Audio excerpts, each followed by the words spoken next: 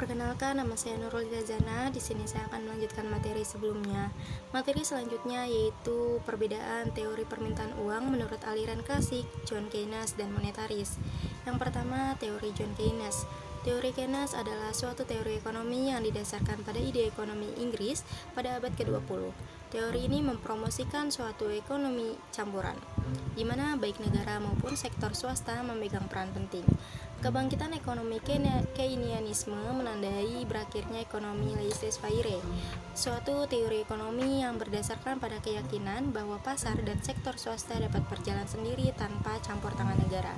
Teori ini juga menyatakan bahwa tren ekonomi makro dapat mempengaruhi perilaku individu ekonomi mikro, berbeda dengan teori ekonomi klasik yang menyatakan bahwa proses ekonomi didasari oleh pengembangan output potensial.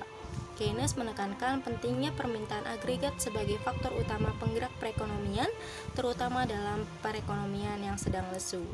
Keynes juga berpendapat bahwa kebijakan pemerintah dapat digunakan untuk meningkatkan permintaan pada level makro untuk mengurangi pengangguran dan deflasi.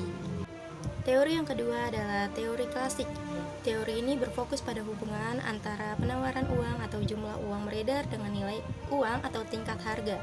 Hubungan dua variabel dijelaskan dengan konsep teori mereka mengenai permintaan akan uang. Perubahan akan jumlah uang beredar atau penawaran uang berinteraksi dengan permintaan akan uang dan selanjutnya menentukan nilai uang.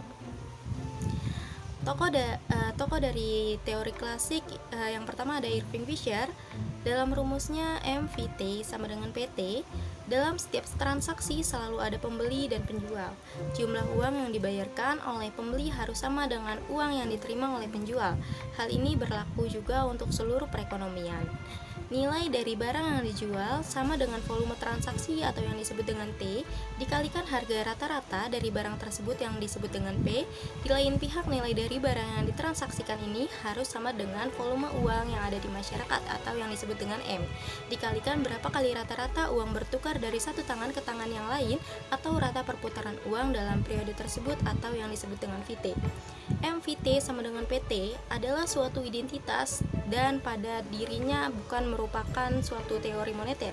Identitas ini bisa dikembangkan seperti oleh Fisher menjadi teori moneter sebagai berikut. Yang pertama ada VT atau Transaction Velocity of Circulation, adalah suatu variabel yang ditentukan oleh faktor-faktor kelembagaan yang ada di dalam suatu masyarakat dan dalam jangka pendek bisa dianggap konstan. T atau volume transaksi dalam periode tertentu ditentukan oleh tingkat output masyarakat atau pendapatan nasional. Identitas tersebut diberi nyawa dengan mentransformasikan dalam bentuk 2. MD sama dengan 1 bagi VT PT. Permintaan atau kebutuhan akan uang dari masyarakat adalah suatu proporsi tertentu 1 bagi VT dari nilai transaksi atau PT persamaan 2 bersama dengan persamaan yang menunjukkan posisi equilibrium di sektor moneter. Yang ketiga ada MD sama dengan MS, di mana MS sama dengan suplai uang beredar atau ditentukan oleh pemerintah. Yang keempat, MS sama dengan 1 bagi VT PT. Dalam jangka pendek, tingkat harga umum atau P berubah secara proporsional dengan perubahan uang yang diedarkan oleh pemerintah dalam teori ini.